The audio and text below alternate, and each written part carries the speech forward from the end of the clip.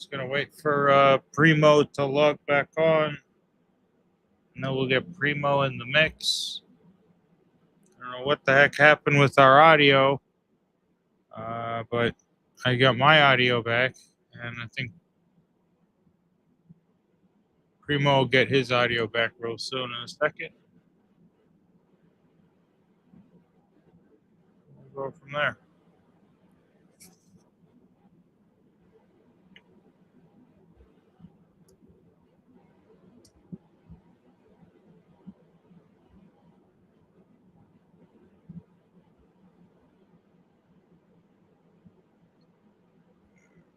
Just waiting for Primo to come here. If not, I'm just going to get started.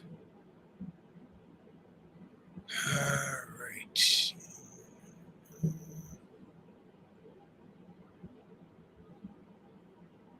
All right. Well, he's on his way here. I'll show you guys this thing over here. It's called Billy's Michigan, July 2026. It's going to be a really nice festival.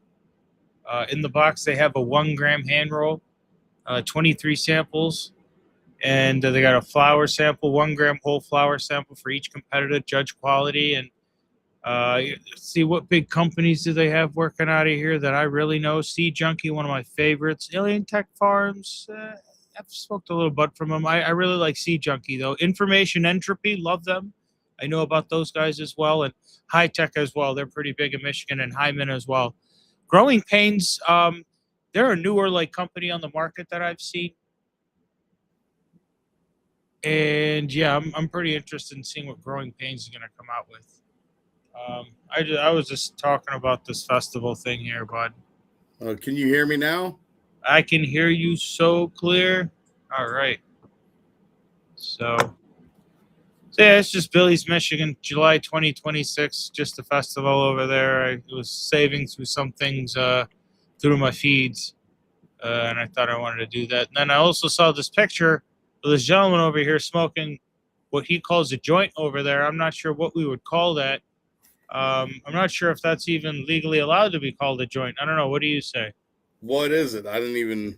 Oh man, I know. I hardly saw that thing too. Here, I'll show you. It's right here. I still can't. It's so small, I can't see it. Yeah, I know. Me too. I couldn't see it either. It was so damn small. I'm gonna show you again, so that you can see this a little better. So this was about his cannabis legalization hearing. And, in this news report, they show this guy lighting up a spliff. So here he is. There's his little spliff. You see that? That was barely a joint. Yeah, I don't know what that was. And even if someone smoked something so little, I wonder why it would be any unrolled what he rolled up. Yeah. I'm pretty sure that would amount to like 2 of my bong hits. Yeah. I mean, I feel like, yeah, that wouldn't really. If that does it for you, that's all fine and good. I just I can't understand how that would be enjoyable because it'd be gone in like 2 puffs. Yeah. Yeah, that's right. To each their own. I mean, if it works for you, I salute. But, this doesn't make sense to me. No, doesn't make any sense to me either. So here we are. So yeah, I got this crazy hash joint going. I got some keef over here that I didn't even knew I existed for however long. So I found some keef, and I'm gonna put some other concentrate in there. That sounds about right. So what's on your mind this evening?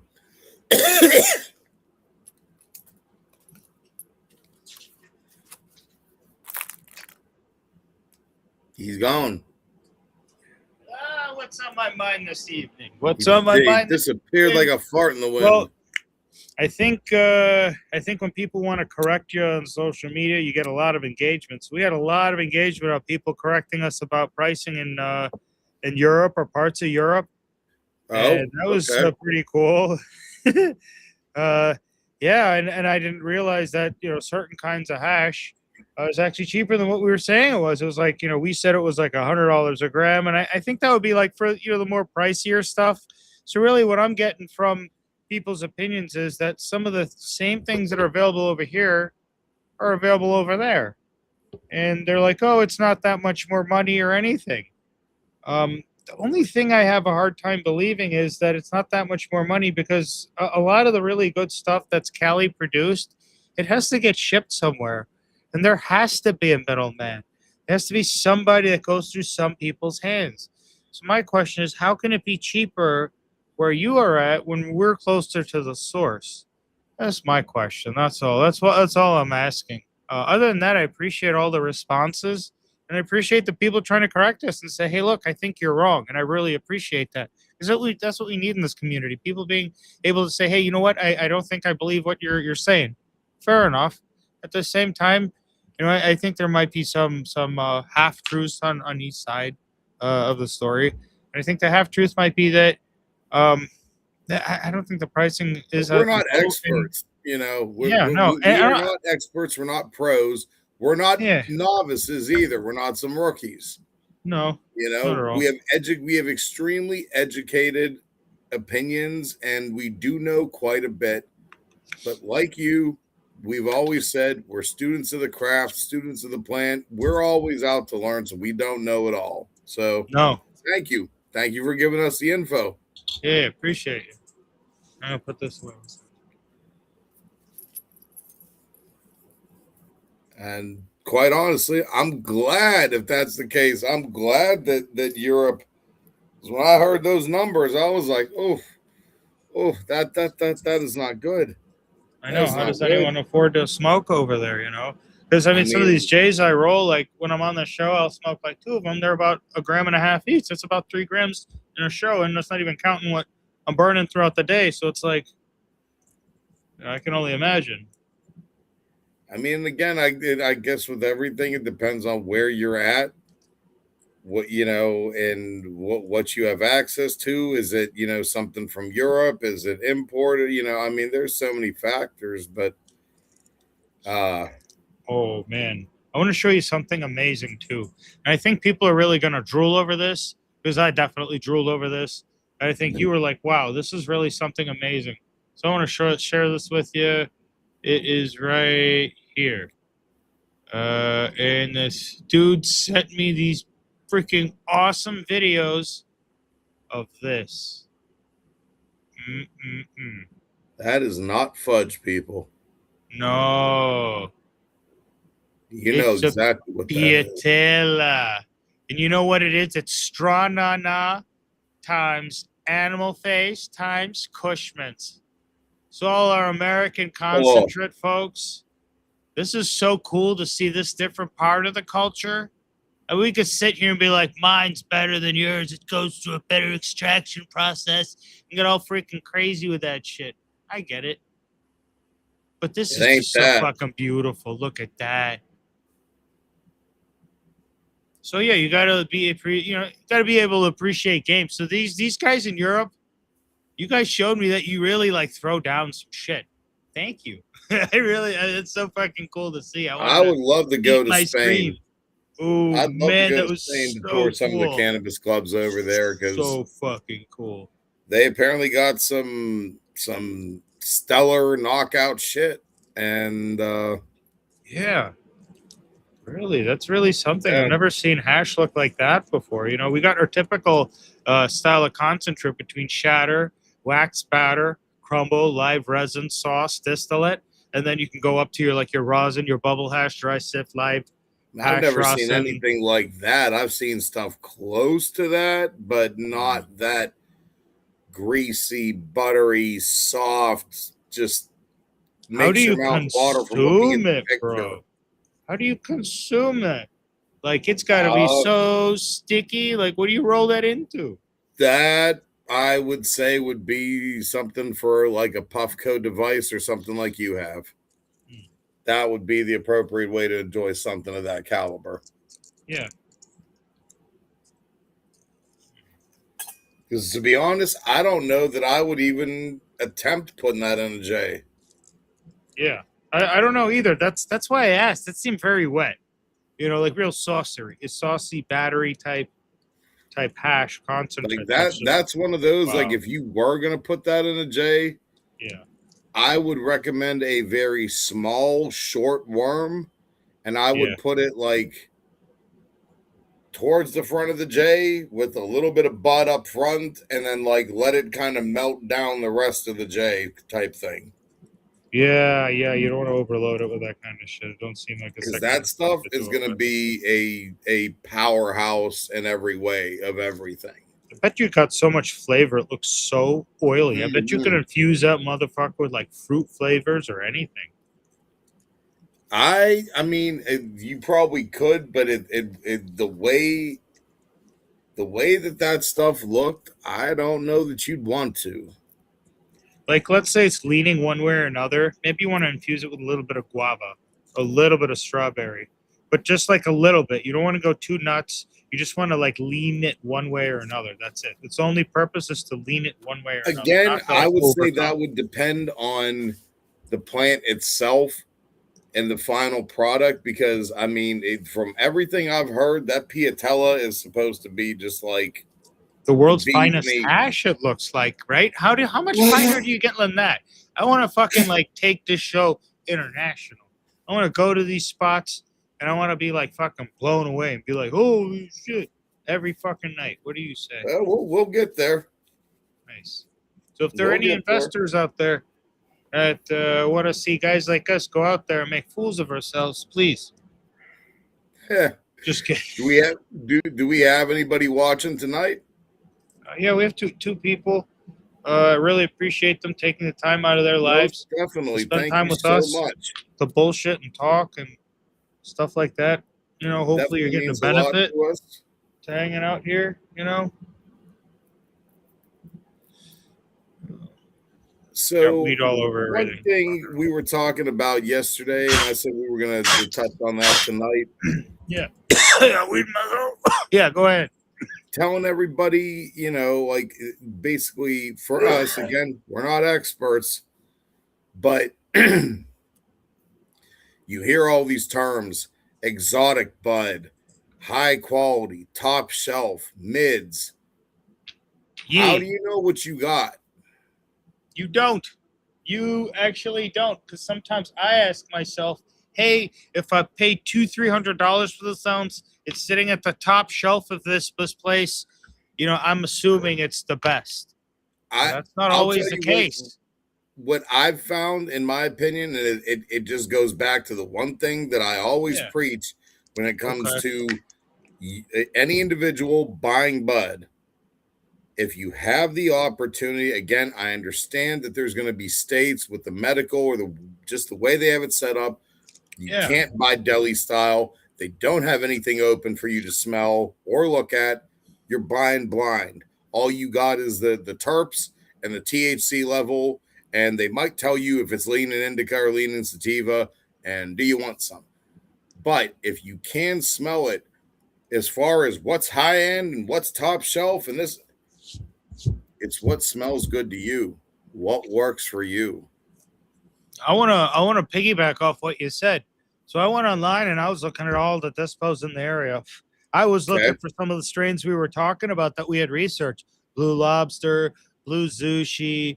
I was looking at Super Boof, which I personally like in the mornings because I'm like, look, I need a strain that wakes me up. I've been falling asleep every like 2-3 o'clock every day, like getting tired, passing out for an hour, and I'm like, is it the food that I'm eating? Is it this? Is it that? Or it just Yep. might be that I'm smoking really strong weed and I need to lay the fuck back. And I think that might be part of my problem. So I was like, all right, let me go for something that's more of like a super boof so that I'm not passing out during the day, or feeling tired or any of that crap. But yeah, that was what I was looking at. And I found that when I was looking online, the information's so very limited. And then between one strain, the THC percentages can vary a lot.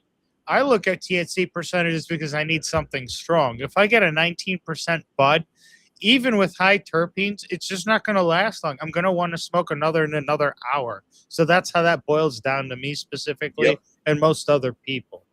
So it's not so much, oh, I need high high THC. It's like, no, I want something that's more of like an alpha runs type strain. So I think I built that in my head, and I'm not sure if other people feel this way too. If you feel this way about alpha runs or that real strong runsy type flavor, but I really, really, really, really like it a lot.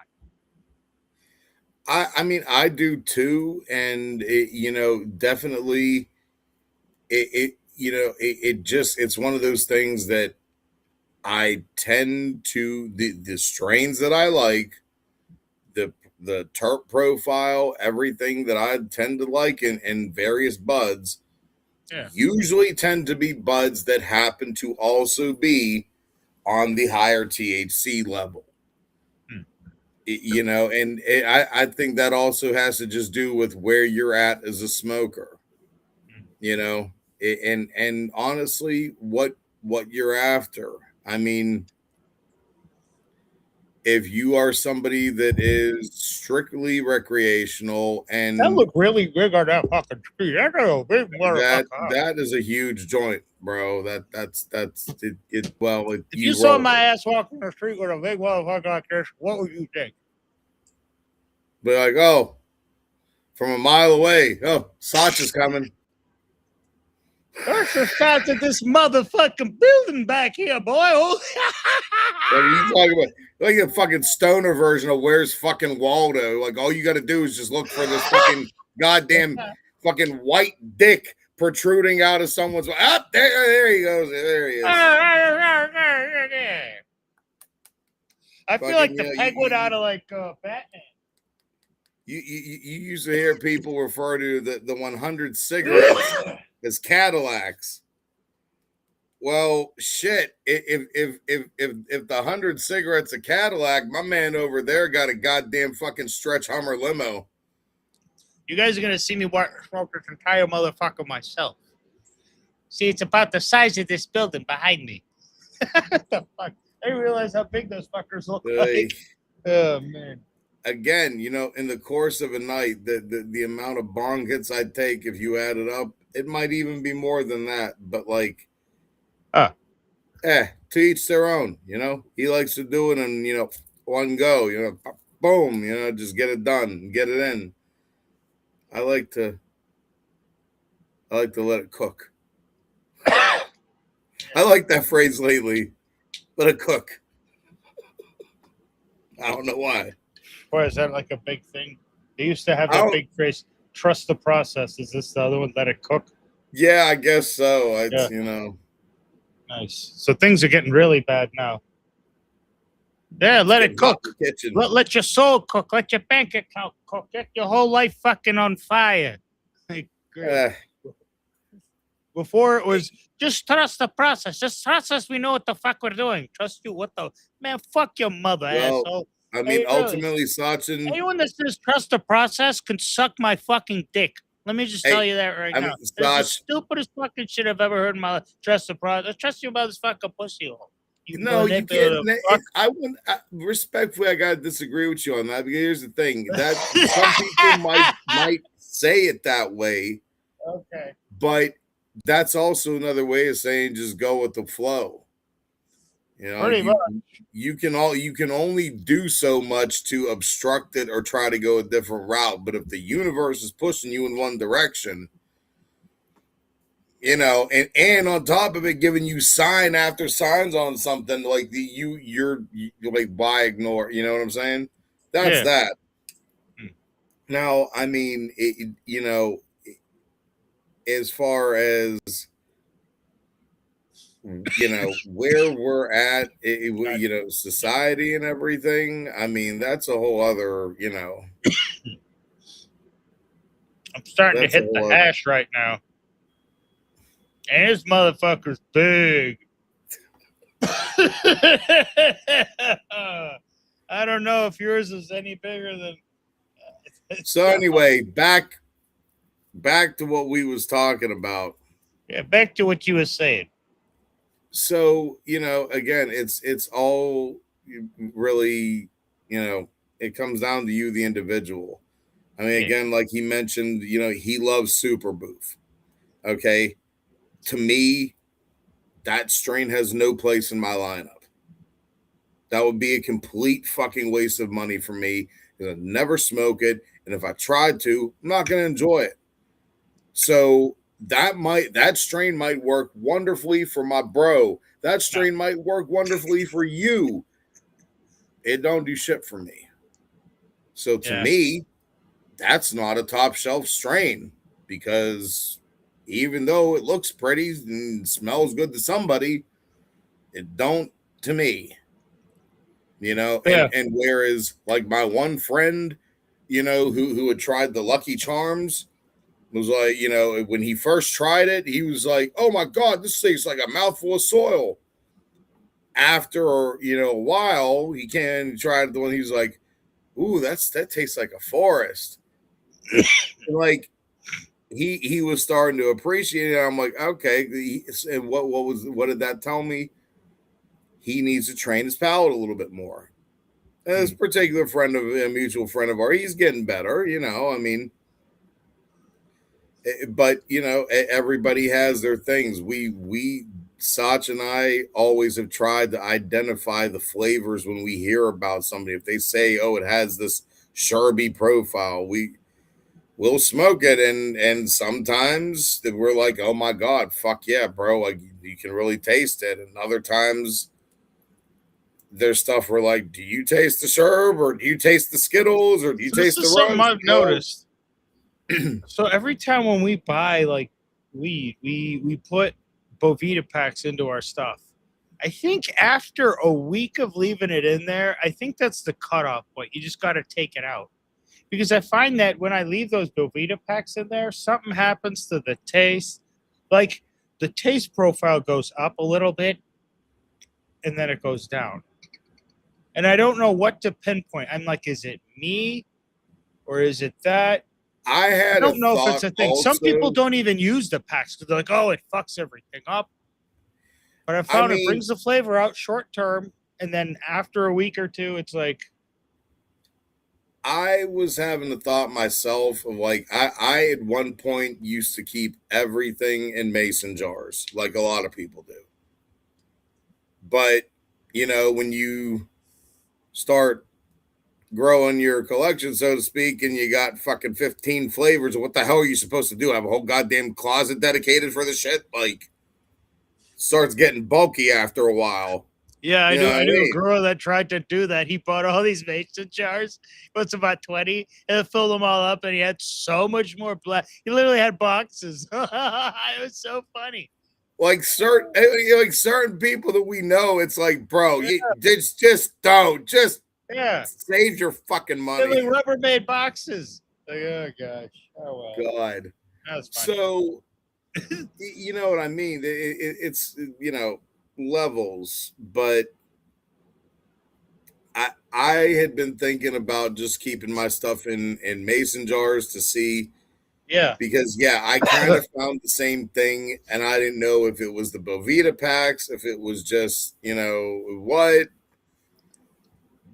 But I kind of, not so much that a huge difference in flavor, but like, it's like once they stop working and almost do the exact opposite if you don't take it out the bag. Yeah, I think so. I think I'm going to pull a whole bunch out of a few bags I have here because of that. This last I don't know what the hell. Like it's kind of weird. I don't know what's going on. Well, the last run that we did, I just forgot to fucking get Bovita packs, and by the time I remembered, I'm like, this stuff is already starting to get a little dry. Like, yeah, you can't really rehydrate it much. It doesn't. You know what I mean? Like, how much am I going to recover it? So not much. But it's stuff to think about for the next run. Hopefully, hopefully we'll be able to. How do people keep their shit fresh? I mean, what is it? Because, you got stuff that goes through the dispos. It's been a month or two. It's gone through the testing, and you get it out, and you're like, oh, yeah, this is pretty good.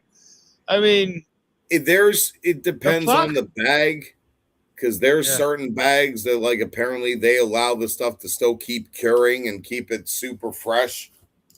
Okay. So, is there a company that has curing bags that does that? I mean, I know there are companies that have bags that keep it fairly fresh. but ones that keep them curing perfectly, properly, where I don't need a I Bovita don't pack. know if that's for sure, but I know I've definitely seen videos of other reviewers and stuff open up a strain that they've had, laying in a sealed jar for a year, and open that up and be like, oh my god, this stuff's so fucking fresh still. Holy shit. So, so they say. I mean, honest to God, I never have shit that long, so I can't imagine a I mean, year. like, if you know me, you know that, like, me having weed for a year, Yeah, yeah, yeah. I would have thrown it out. Just trust me. It got stale. Throw it out. Throw out all it, your stale weed. I All mean, right, lock your like, doors. Throw out your old stale weed. There you go. My advice. seriously, like, why would you? Yeah. What? I don't know. Anyway, Yes, it's true. All right. So today's Watch Talk Wednesday, and we've only talked about weed, so we need to stop. We need to talk about luxury watches and value plays, and some financing hacks too. what do you got first on the agenda there, my brother? Well, we'll start with some value plays. I don't know, value plays with like watches right now. So, like, I don't know, maybe there's some watch brands you want to be paying attention to depending on the market right now. Well, I mean, look, For any reason or the other, I don't know. What's caught your eye if with watches? I mean, that I know, big question, right? So start with one. What's the one? allow me to first also say something to any of our fans that on Instagram. Any of those descriptions, the videos, and everything that you read, that is all my bro. And dude definitely could have had a fucking career as a creative writer. He's good. One of Thank you, those bud. ones, the other video I was talking about, one of the jewelers in New York that I respect a ton, Tracks NYC, shout out, fucking respect the fuck out of you, OG in the game. But Sachin wrote a description on that and, kind of got into a little bit of my past and really touched me because, how often do you really, I mean, come on, none of us are that fucking self-absorbed and say, oh, this is what I did in my life. Yes, I accomplished this at this age. Yeah, And then I fought it. Ah. So, no, I mean, seriously, but like he kind of touched on how, I mean, I started in business and working with my pops when I was 15. Okay, actually, even a little bit younger than that. But by the time I was 15, I was managing 3 of his stores. I was in the jewelry business.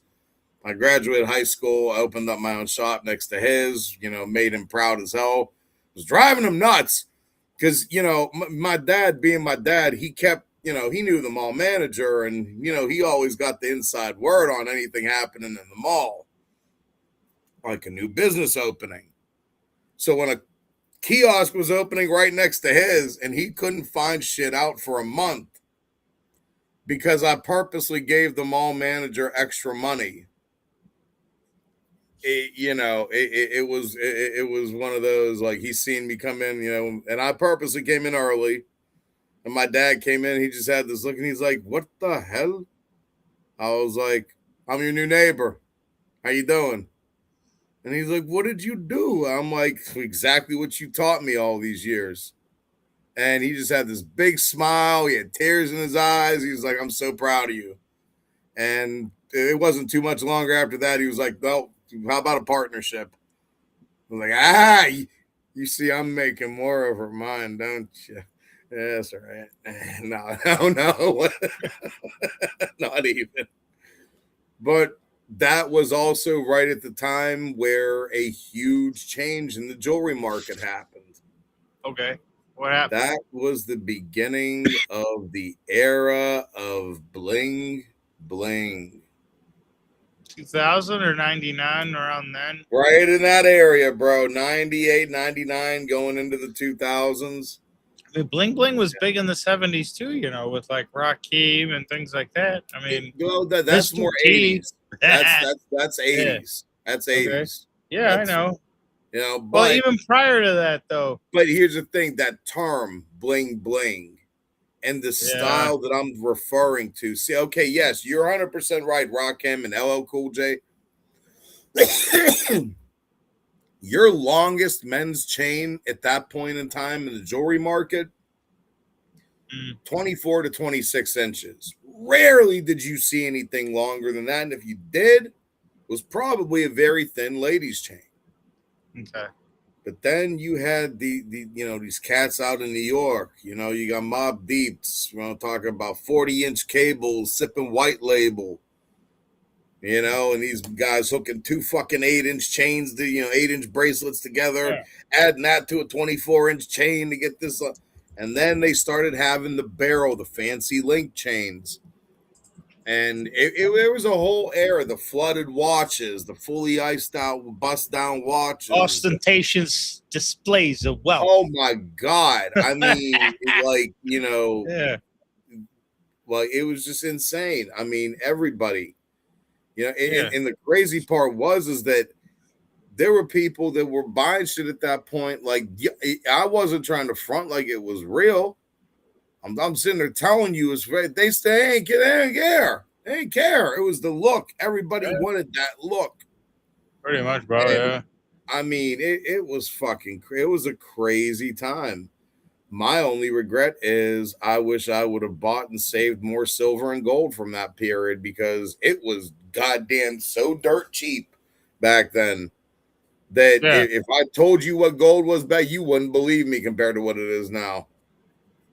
Gold and silver. I mean, it was ridiculous.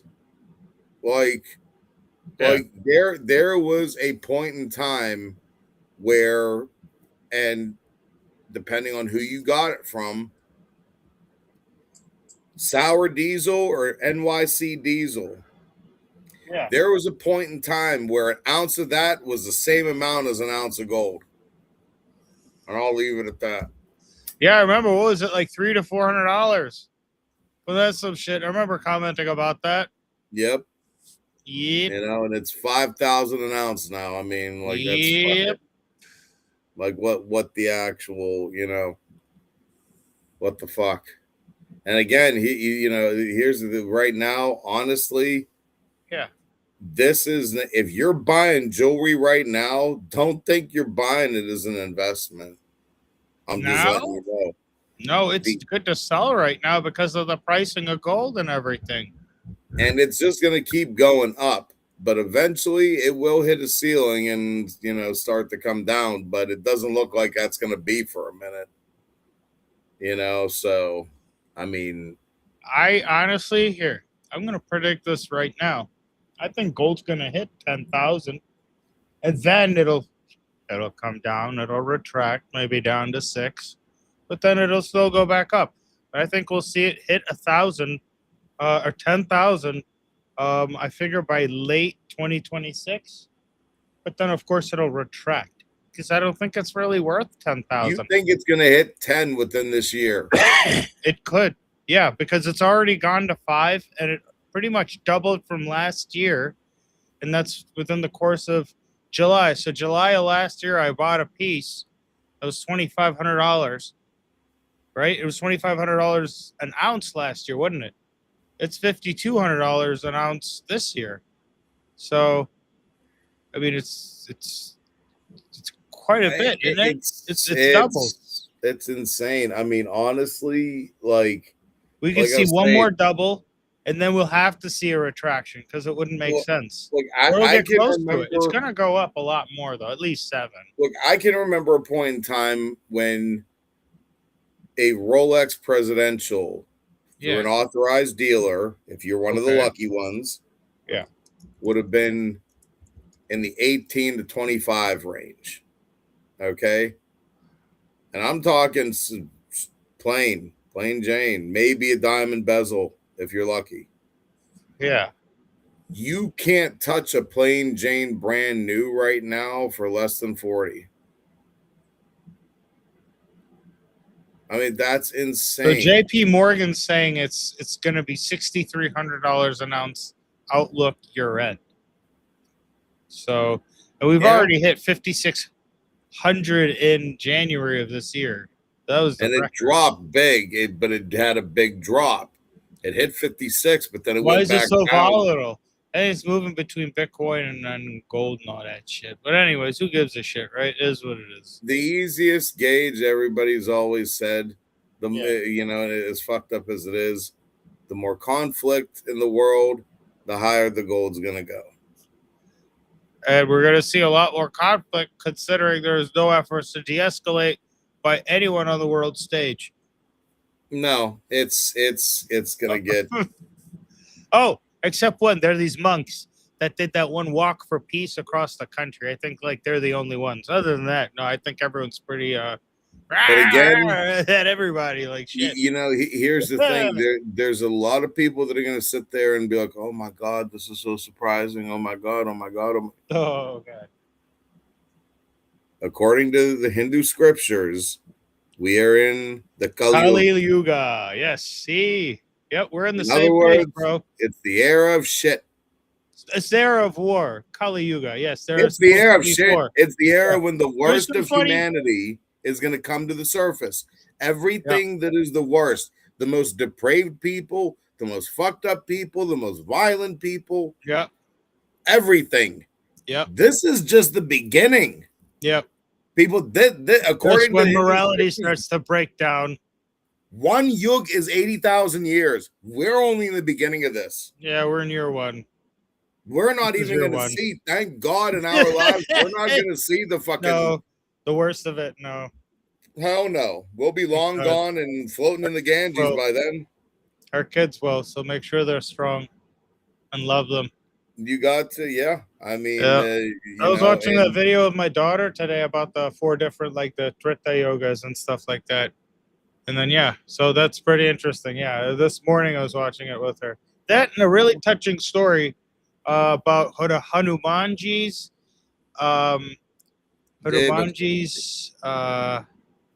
his faithfulness to Lord Rama. When he ripped his chest open? No, it was the one where he jumped down the crack to go get his ring. Oh, did you hear that story? When they discovered the multiverses.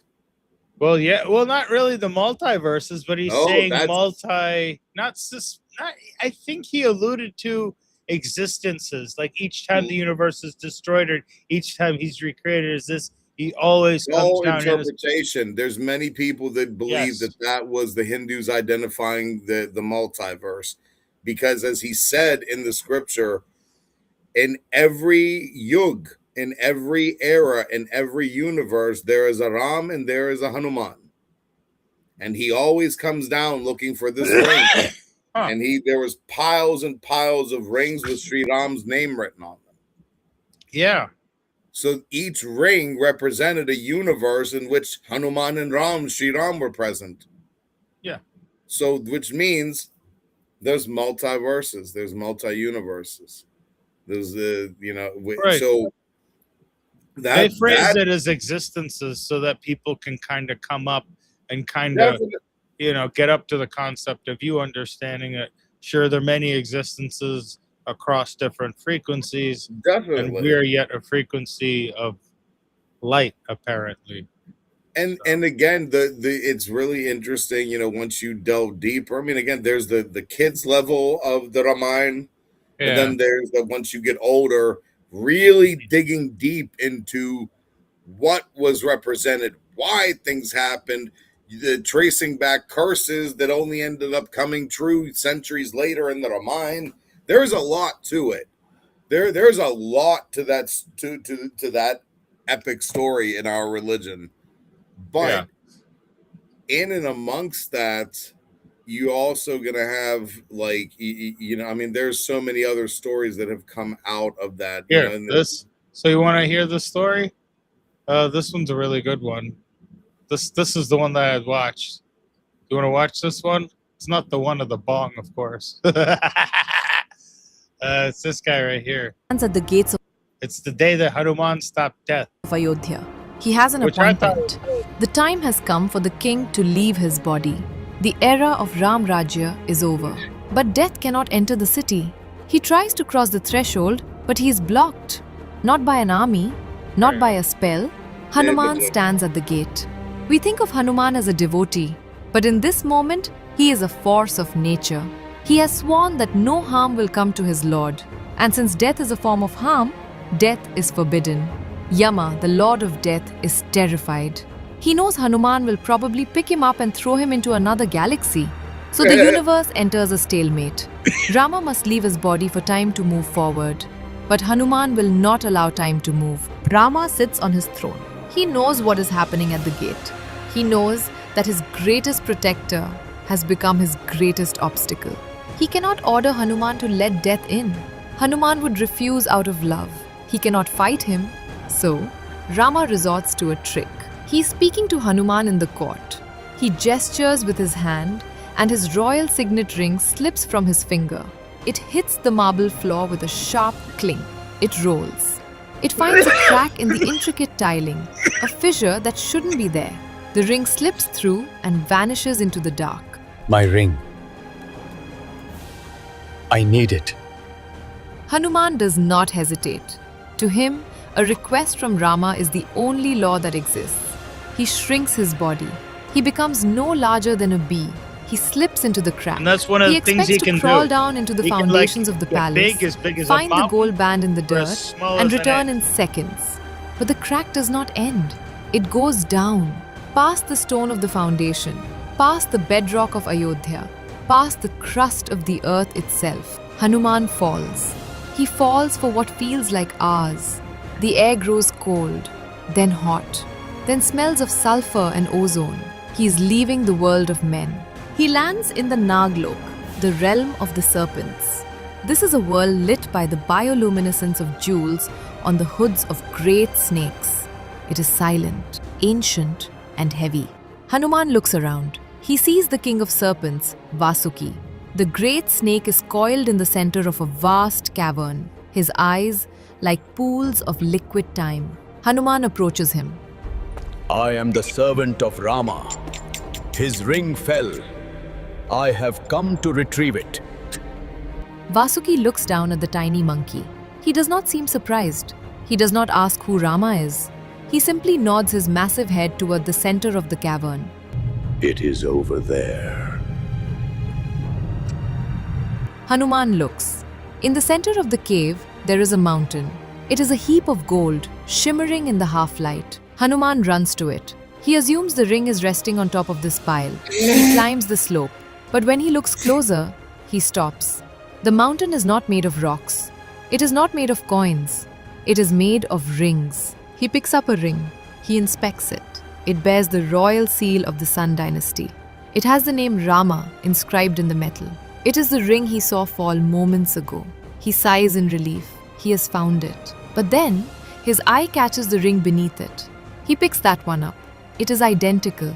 The same seal, the same weight, the same inscription. He drops them and digs his hands into the pile. He pulls out a fistful of rings. They are all the same. Thousands of them. Millions of them. A mountain of identical signet rings. Hanuman stands frozen on the slope of gold. His mind, usually sharp enough to leap oceans, struggles to grasp the geometry of this. He turns to Vasuki. I don't understand. Which one is his? Vasuki watches him with ancient, tired eyes. They are all his. That is impossible. Rama dropped his ring just now. Hanuman, who sent you here? Rama sent me here. And when does he send you? When he dropped the ring. And that is how it always happens. The world is not a straight line. It is a circle. I don't understand. The universe is born. It lives. it dies, it is born again. And within that vast cycle, the story of the Ramayana plays out again and again. Every time a Rama is born, he lives the same life. He goes to the forest. He fights the war. He rules Ayodhya. And every time, when his work is done, he must leave. But every time, there is a Hanuman who guards the gate. A Hanuman who loves him too much to let him go. So every time, Rama drops his ring, and a Hanuman comes down here to find it. The silence in the cavern is absolute. Hanuman looks at the mountain. He is looking at the history of the universe. Each ring represents a cycle. Each ring represents a lifetime of service, a war fought, a bridge built. He realizes the scale of the trap. He thought he was the only one. He thought this moment was unique. He thought his grief, his duty, his love were singular events in history. But he is just one note in a song that has been sung 1 billion times. There have been as many Ramas as there are rings on this mountain, and there have been as many Hanumans. This is the moment the Anand Ramayana wants us to feel. Not the magic, but the humility. Hanuman stands on the evidence of eternity. If he picks up a ring and goes back, what will he find? He knows the answer now. The ring wasn't an accident. It wasn't a mission. It was a message.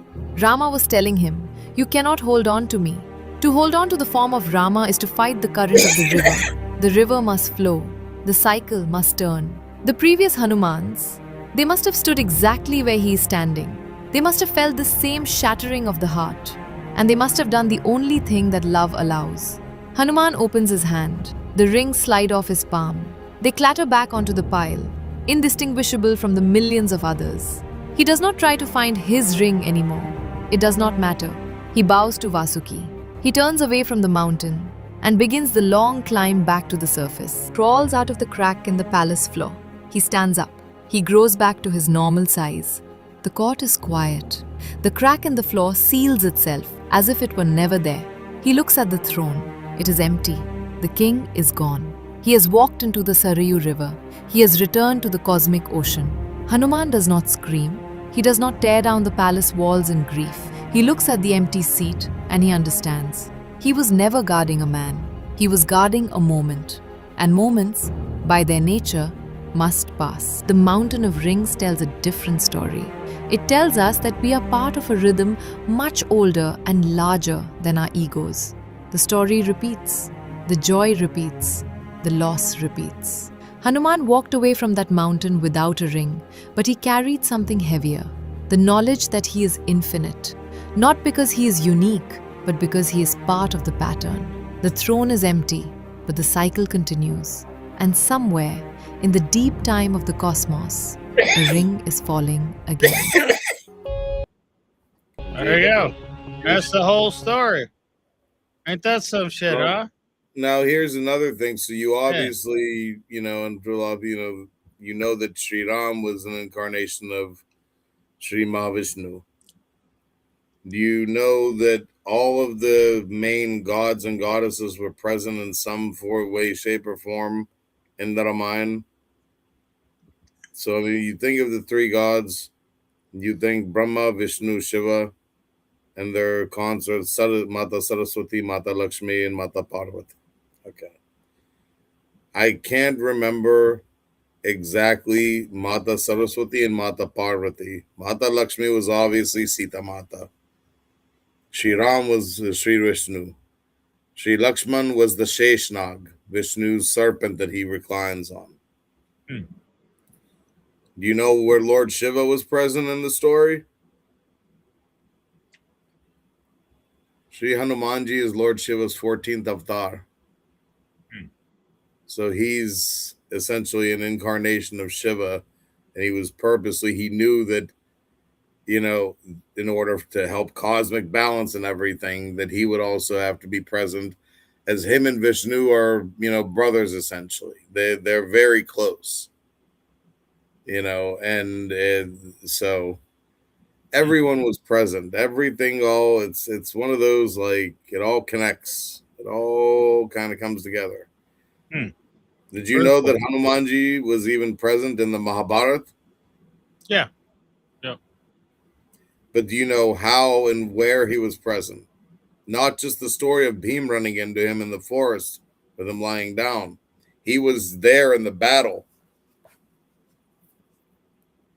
Did you know that? You talk about the Ramayana? Nope. I'm Oh, talking about the Mahabharata. Yes, Mahabharata. no, he was in the battle. Yeah, I've seen the.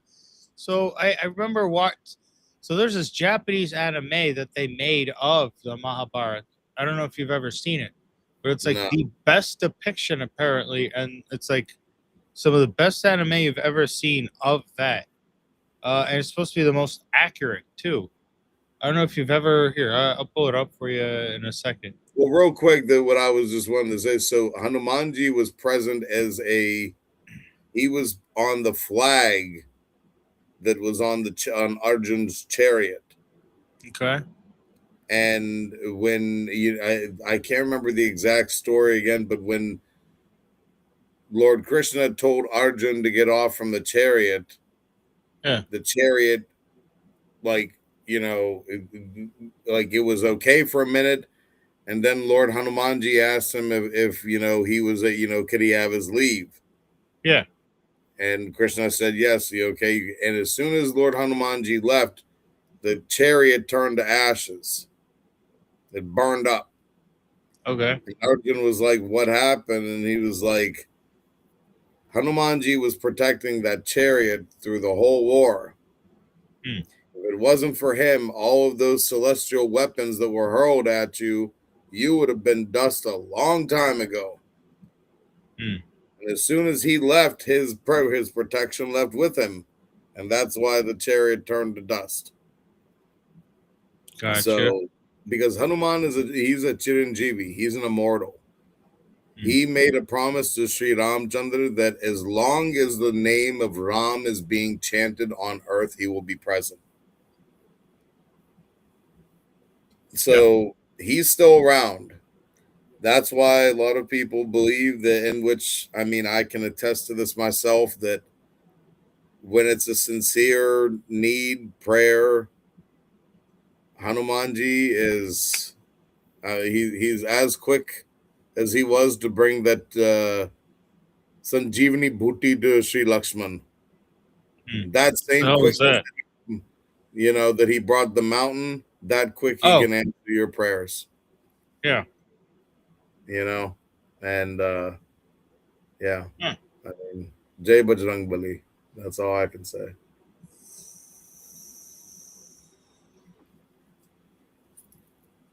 So let's go back to value plays and luxury watches. Yeah. Yes, we got off on a slight tangent there. We are smokers. So, I mean, what I was starting to say, value play, it's always going to depend on your budget. Okay. That's number one. I mean, and again, to anybody that you hear a lot about watches as being investments. Yeah. I will be the first to always. I personally, when I hear people say, "Oh, I'm getting this watch as an investment," internally I cringe. Oh. And the reason for that is that is the worst, in my opinion, in my humble opinion. My opinion. I'm not an expert. I'm not saying this is the law. My opinion. That is the worst reason you could ever have to buy a fucking watch. Because if you look, oh, I'm buying this as an investment, what's the first thing most people are going to do? You're going to put it in the safe. You're rarely going to wear it. Dude, no. Like, you bought a watch because you buy a watch because you enjoy it, because you like it, because you want to wear it, and you should, because it's a fucking watch and it's made to work. It is a piece of machinery. Enjoy it. Buy something you like. Yeah. And by all means, work within your budget good God, do not overextend yourself for a fucking watch. Don't be a stunad.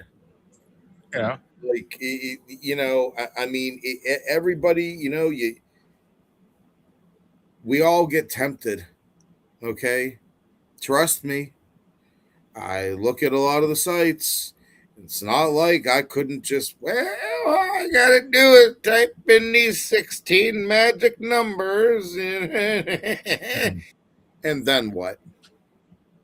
Then every month, oh, fuck. Oh, okay. Well, I guess I gotta let this bill go. Well, I gotta work what you got. Build your way up. There's nothing wrong with that, and so that's my bit as far as watches an investment. Value play. I mean, look, you can get a San Martin for under $300, and let me tell you that the watch you're going to get from San Martin for under $300. You went to any other micro brand, you're not going to touch a watch with those same features and everything. You're not going to touch it for less than $400 or $500. Yeah, it's not much of like an investment, So, and again, at the end of the day, like even San Martin, go out to like the pawn shop. Well, yeah, I mean, you can go online. I've seen San Martins used on eBay for $180, $150. And, most of them, if you get like one of their most popular ones, which is a homage or look-alike piece of the Submariner, it has an NH35A Seiko movement. Even in the event that the movement was jacked up and didn't work, you can buy a new one for under $50, take it to a watchmaker and pop it in there, and you got a fucking awesome watch. And you're still under $300. I mean, either way, I mean, you're in the likelihood of that. The people that are selling those San Martins, more than likely, they got the black. They realized they should have bought the blue. They got the 40 millimeter. They realized they should have bought the 43. It's one of those type things, I mean, what's so cool about San Martin over here is this. I mean, look at the designs they have. They're very similar to some of the Rolex designs. From far away, I had buddies that thought it was like a Rolex or a fake Rolex or whatever. Oh, yeah. No, it's not. And they have a lot of homage style pieces that are modeled after like the Seiko Marine Master. What's this one? What's this modeled after? That looks like it's going like a classic sub, like a vintage sub style. I mean, they got this one too.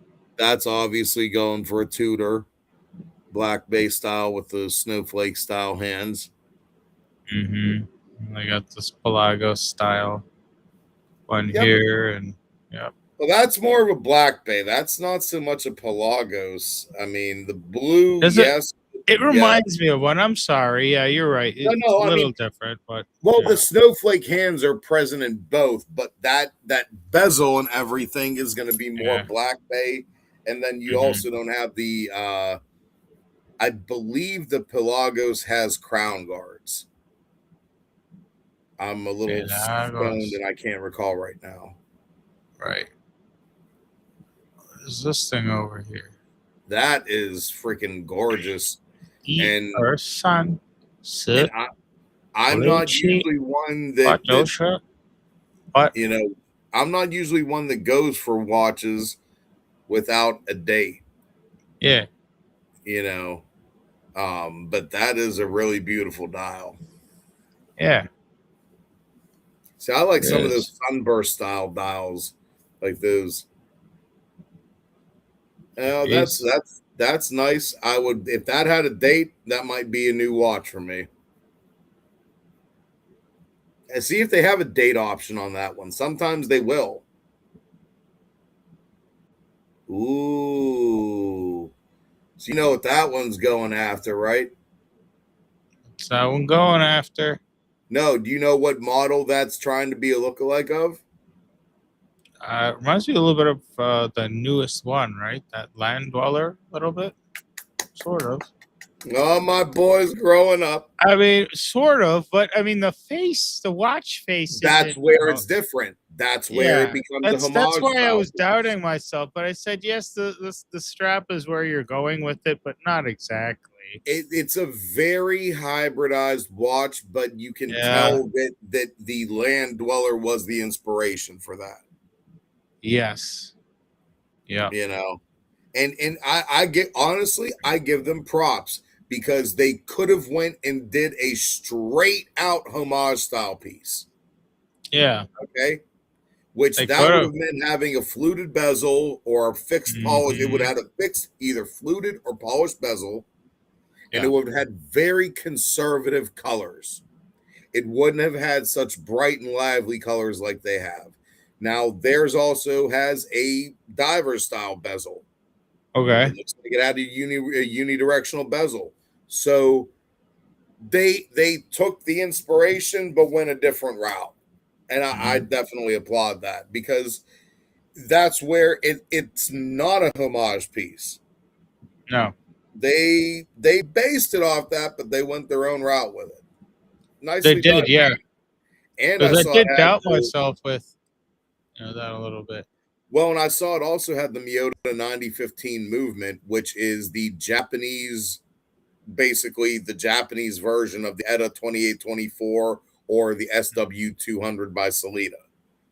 So you're Okay. talking about a 4 hertz movement beats a 28,800 vibrations per hour. Same as a Rolex, same as a Tudor. So if that if that frequency is important to you, some people really do like the way, and there is a visual difference. I apologize. If you have a, let's say, a Tissot like mine, Powermatic 80, that is a 3 hertz. That vibrates at 21,800 vibrations per hour. Okay. You can notice the way the second hand moves. There's a little bit more of a tick, almost like a lag, compared to my Longines or compared to your Tudor or something like that. All right. But honestly, if you ask me, Yeah. that's one of those where I feel people that make a big deal out of that are just making a big deal. It's just one thing that well, I need, dude. Usually, if you have a watch vibrating at a lower frequency, the reason that they usually do that is to increase the power reserve. Case point example, the Powermatic 80. Drop it down to 3 hertz, power reserve goes up to 80 hours. Okay. Most of your, not all, but like your SW200, I want to say that's a 38 hour power reserve. ETA 2824 is going to be, I think, like 40 to 42. And then the Tudor movements and the Rolex movements are running around 70 hours. Okay. Which, I mean, that's that frequency for that type of power reserve, you're only going to get that type of performance from like your top houses, i.e. Rolex, etc. And then you get into pieces like Oris has one, that mechanical one we were looking at the other day. What was it, a 10-day power reserve? Yeah. Was it the 80-hour? Was it 10-day power? Was it 10? Yeah. 10. 80-hour. No, that's 240. How many hours was that? Yeah, it was a 240 power reserve. 240. I think I want to say. Damn. I want to say that's what it was. There, let me look that up real quick. Yeah. Oris. God damn. 10-day, yeah. Oh, caliber 113. Yep.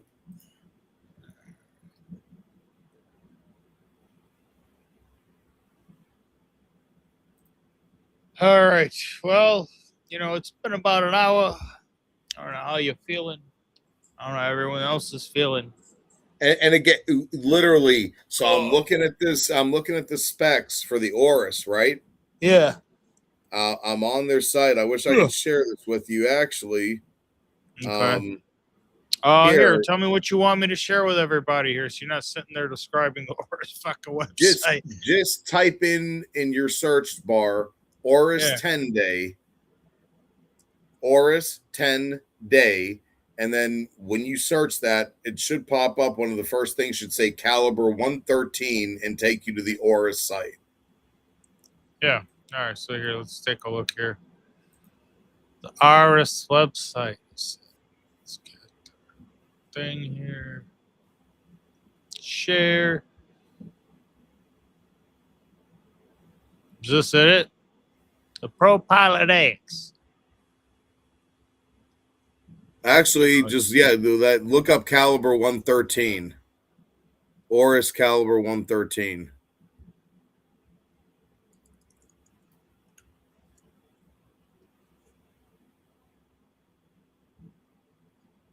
D1? There should be a link. Boy, this one. I'm not looking for a watch. There should be a link to go to the website for the info on the movement. Gotcha. All right, then. Here, let me look it up again, then. Is what I wanted to show. That's what I was saying, is what I was just talking about, that when you drop the frequency down, you can really increase the power reserve. It's like an engine. Depending on how you tune it, you can really get some performance out of it. And that's exactly what they did on this. It has just about the same. There you go. Keep scrolling down. There should be a thing. Technical details. There you go. 240 hours. What's the vibrations? 21,800. 3 hertz. 600. 21.6. 21.6. Sorry. Mm-hmm. Need to get my eyes checked. I apologize. But yeah, that's just one of the. There's a perfect example. So 240 hour power reserve. I mean, look at that craftsmanship. Like, I mean, you. Even like, how much is that watch? I think it was like $10,000 or something.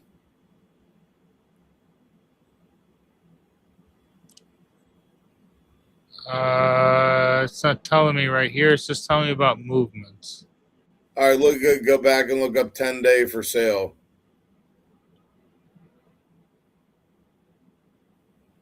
$8,100. Or no, this is a Big Crown Caliber 113. So, I mean, that's the movement we're talking about. So this is the movement in the Big Crown, or? Yeah, I mean, it's obviously still has that caliber 113, so you're going to get that 10-day movement, which. Now, Nichols Jewelry does it for like 58. Well, for whatever reason, I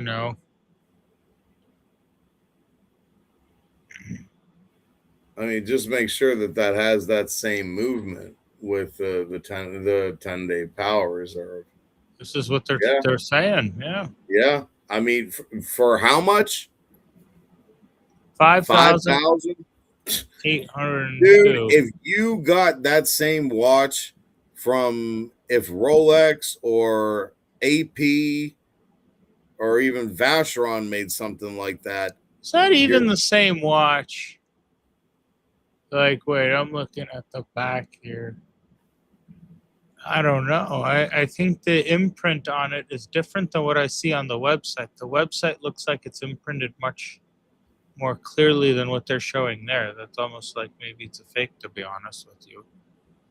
Here, I'm going to show you. I mean, I would only go off. Just remember this picture right here. You see this picture on the website? Yeah. I'm going to flip it over to the other guy. Yeah. Here, look at the printing. Mainly in this area here. I noticed that it was darker on the other image. So here, I'm going to leave that there. Share this tab here. I mean, it's just Just asking. Just curious. This almost looks like it's gray. You know what I mean? From here to here.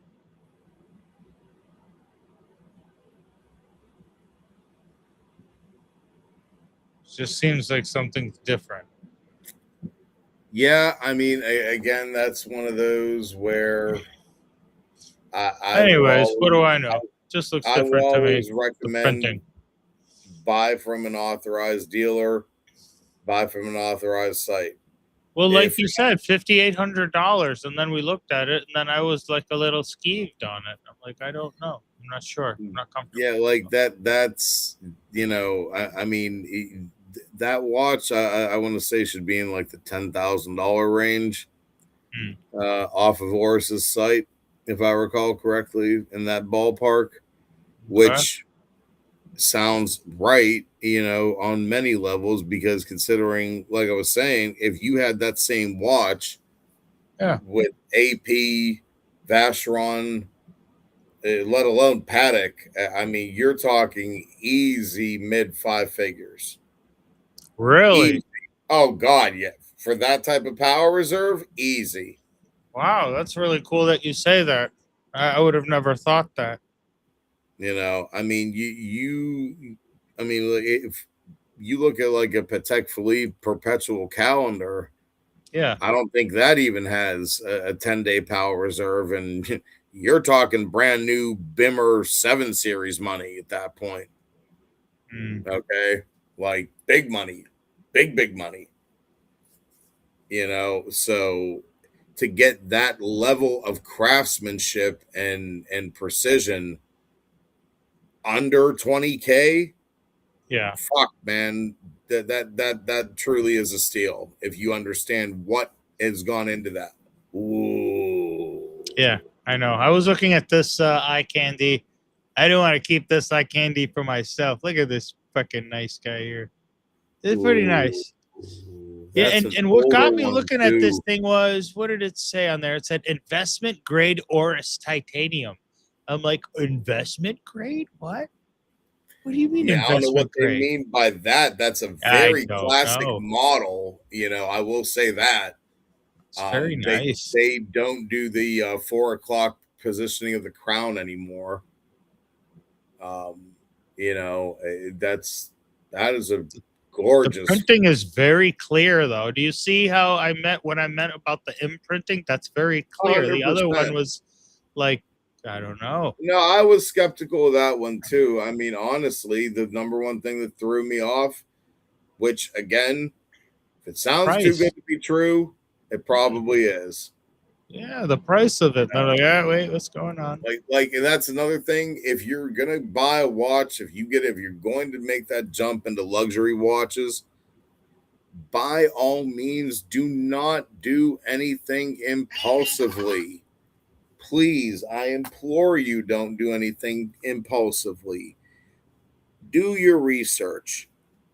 Take the time, familiarize yourself with the model you're looking at. If for instance, if you're looking at a used Rolex Explorer 2, irregardless of year, you're probably going to be in either the upper eights to 10, 11 range, all depending on condition, box and papers, all of that stuff. So if somebody comes to you and is like, hey, I got this Rolex Explorer with box and papers for 6K, why?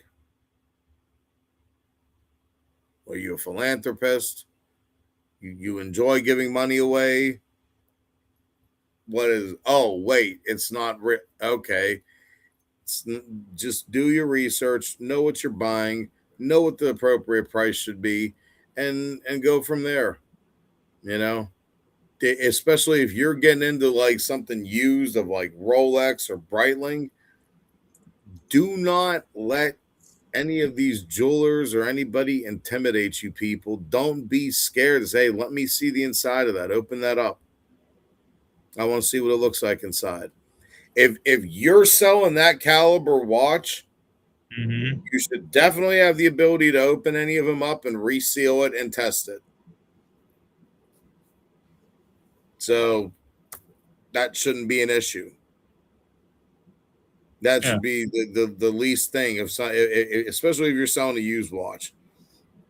If it's brand new, at that point, if you're buying, a Rolex Submariner, you're going to have all the numbers, everything. Call the company. If you're buying it from an AD, they're going to be like, oh, yeah, what's your serial number? Oh, blah, blah, blah, blah, blah, blah, blah. Oh, yes, okay, you bought it from this.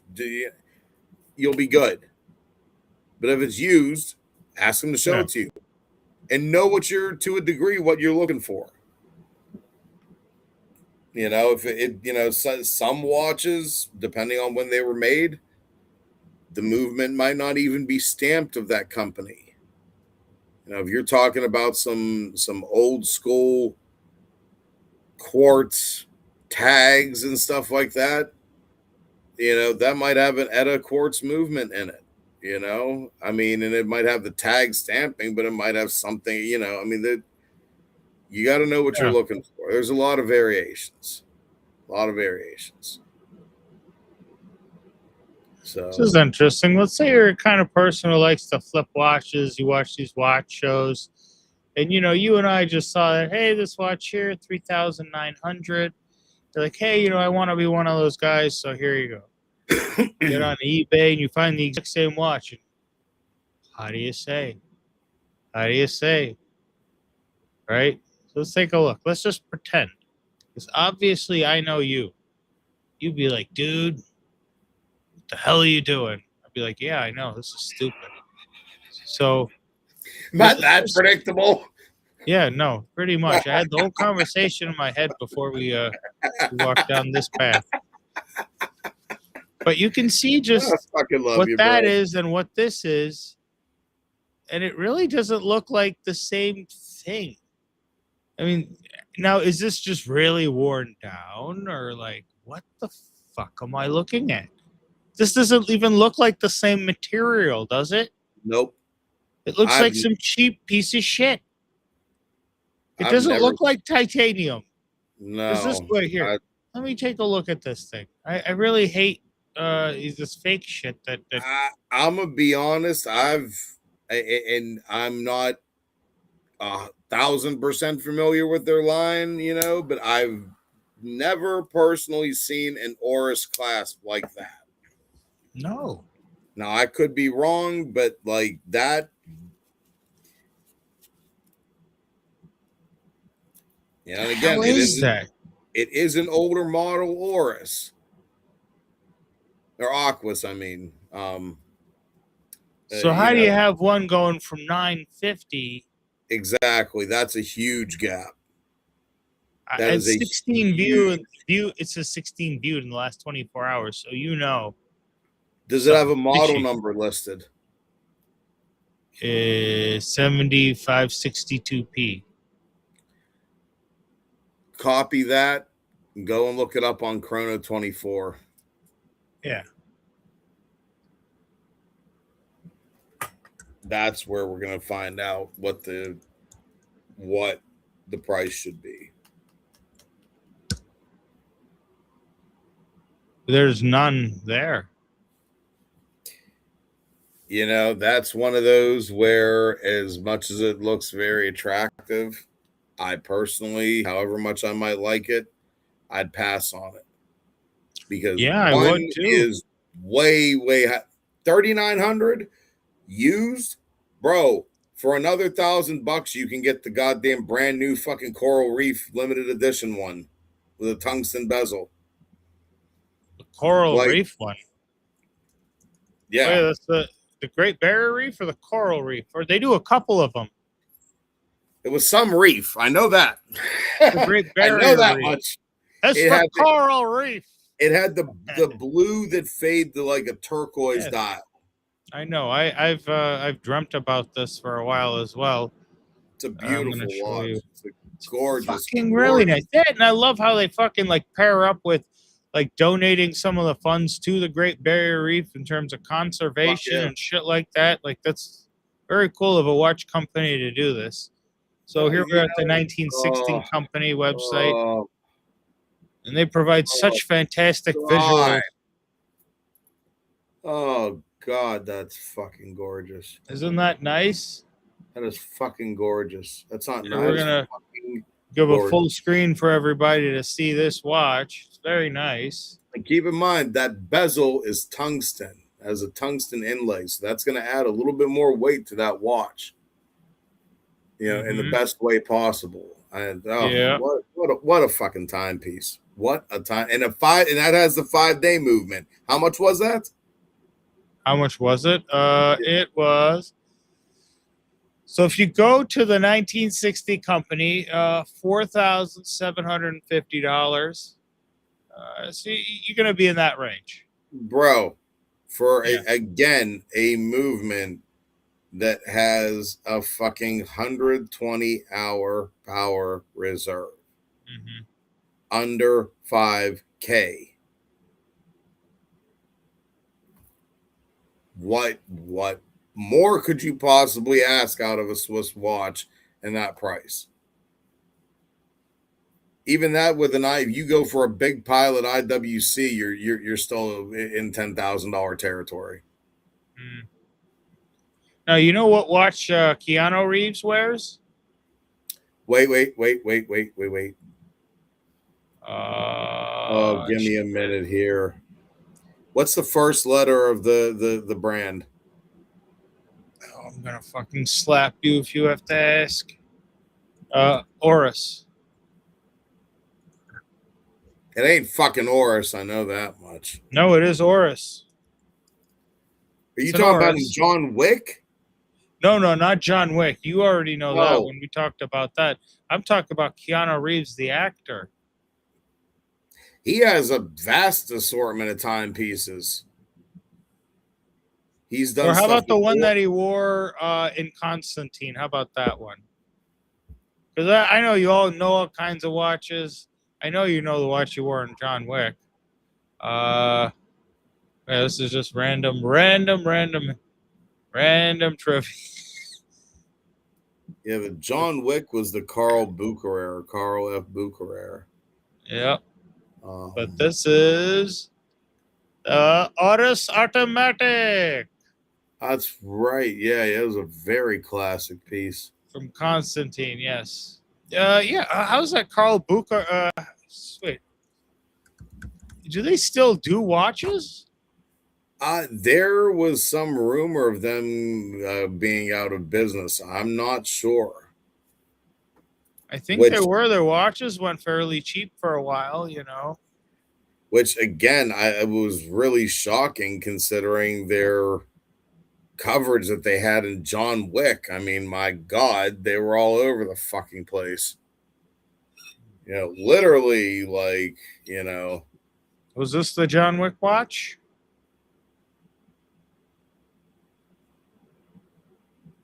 It might have been. I know it was one of their more simple models. It wasn't one of their more elaborate ones. Oh, don't show me perfumes. By the way, guys, get this. Absolute Aventus. Creed Absolute Aventus. Might not have $400 sitting around. And if you don't maybe have $400, you have $287 around. Fuck, maybe you got $15 you want to get laid. This is very nice. And hey, for those out there that don't got that dough, if you're looking for something more summer, spring, Armoff, Club de Nuit Press U1. If you're looking for something all year, this will be the Afnan Supremacy. Trying to show some visuals here. Armoff Club du Nuit. Press U1. The one at the end on the right, next to the gold ball. Yep. Ooh, nice. Yep. Nice looking bottle here. Yep, that's it right here. Club de Nuit. Beautiful. I mean, a lot of the reviewers have agreed that these two are the best clones, dupes, whatever you want to call them, of Creed Aventus Absolute. Right there, and both of them kind of, you know, take that and go their own direction with it, which is what I like. Yeah. You know, it's not a knockoff. It's its own. Like this one, this is way more forward on the ambergris and the birch than the Creed Aventus Absolute. Gotcha. And I fucking absolutely love that. And this lasts. Yeah. I throw this on at 7 a.m. before I go to work. Yep. I hit the shower before bed at like 11 o'clock at night. I still smell it coming off, like not just a hint. Like it's my shower smells like fucking off on, collector's edition. Like it's, yeah. So definite good stuff. But yeah, we're at about an hour 25 here. So let's start taking our final hits here. Maybe, closing thoughts. No, I think we talked about a whole bunch of stuff between watches, weed, and all kinds of stuff. Hopefully, I kept everyone entertained, kind of lightened up your night. Definitely. Anything to share? Oh, I mean, as far as watches.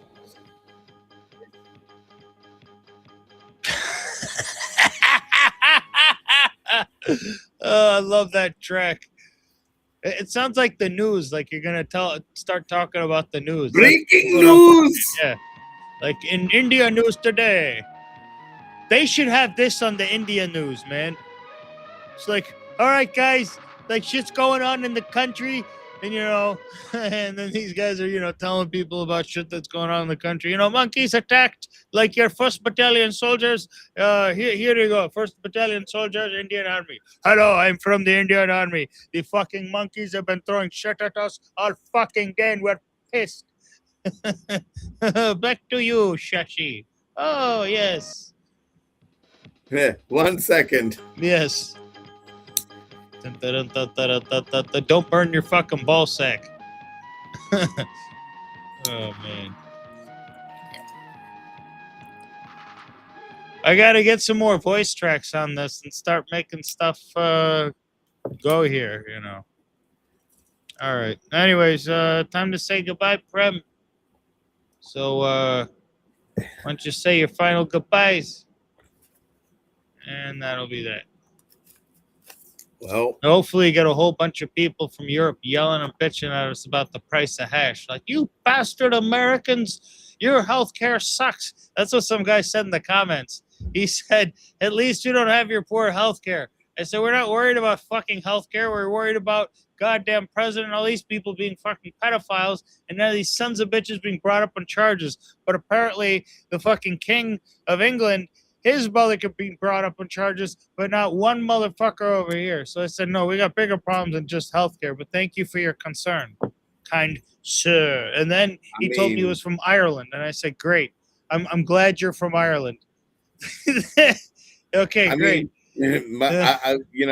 I'm over here like, am I the only one that finds it ironic that in 2026 in many areas of the country, price of weed has come way down. Oh, yes. Okay, but the munchies have gone what? Bro, $5 a bag for Doritos? Yeah.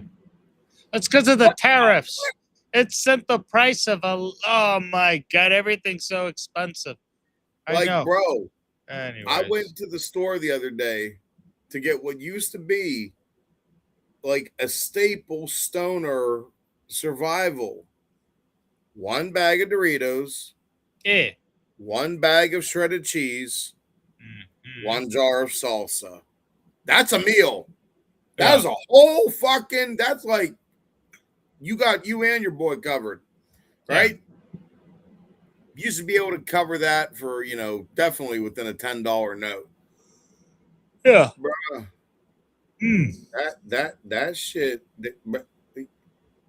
man, I'd have been better off going to Sheetz and just getting an order of fucking nachos. Real shit. Like, I'd have saved money. And I gotta close this website. I'm gonna want a freaking watch. I keep going back to that Omega. That or the Breitling too. That Breitling we're talking about. But anyways, we gotta go, man. We gotta say goodbye. Well, people, All right. as always, thank you for joining us. Peace Definitely out. looking forward to seeing you tomorrow. Stay blessed, stay lit, and we'll see you then. Yeah, we'll see you tomorrow, guys. Terpene Peace. Thursday or something. No, it ain't no 13th Thursday. Thursday. No, we don't even have like a Thursday. Is just whatever, you know. We thought we might take the night off, but I don't know. We'll probably end up coming here because we have nothing else to do anyways. So. Yeah, we'll hop on there, at least say, good Okay. evening tomorrow. Yeah. All right. Awesome. Hey, maybe we Have a could do good the 9 joint, 9 dab, and the 9 whatever that Dope Aziola did. I think it was like vomiting or something in that thing. Yeah. I mean, again, if you're doing that in X amount of time, you're You think bound you to. smoke 9 joints at a time? Bro, why would you? I'm just curious. Or 9 I mean- vapes at a time. But you got them do them all. To me, that's just no. Yeah. You probably Like- end up like- in the ER. I feel like you see flashing lights and shit. I know I would. And like I wouldn't even do that. Like if I really want to get like, ooh, okay, let's have some, bro. That's what infused J's are for. Smoke a couple of them, eat an I think edible. that's what I'd like to see Dope Aziola do. Maybe we could get like a thing out there where like probably not. We don't have good enough reach, but what I'd like to see him do is take 9 vapes, clump them up, and hit them until they're all fucking done. That's what I'd like to see. I mean, he did the 9 joints, 9 thing, 9. Forget that. Just Here, 9 hit the motherfucker till they done. See how I you got feel. an even easier one. You probably shit his brains out too. I probably got shit an my brains easier- out watching him doing that shit, man. I got an easier one. I'm not Yeah. gonna mention names. Yeah, A mutual friend of ours yeah, who has a tendency of rolling extremely large hash holes. yeah. I'd love to see Dope Aziola smoke 9 of them bitches himself back to back. Yeah, that would be something, man. I mean, you saw That's it. yeah. Nothing more. Eh. Just 9 of those. That's it. Oh man. And with our buddy being his maniacal self, like bubble hash, hash rosin, and like just creating Does he- something that is gonna He fucking. really make makes you- that noise. I swear he does. Like fucking, like you heard of Salt Bay. He's like the evil hash bay, like. And then you hit the joint, and like half hour later, you're like staring at a wall, contemplating the meaning of life, and all Sachin asked you was, "Do you want to hit this?" Yeah. Maybe that's just me. All right. We'll see you later, buddy. All right. See you tomorrow.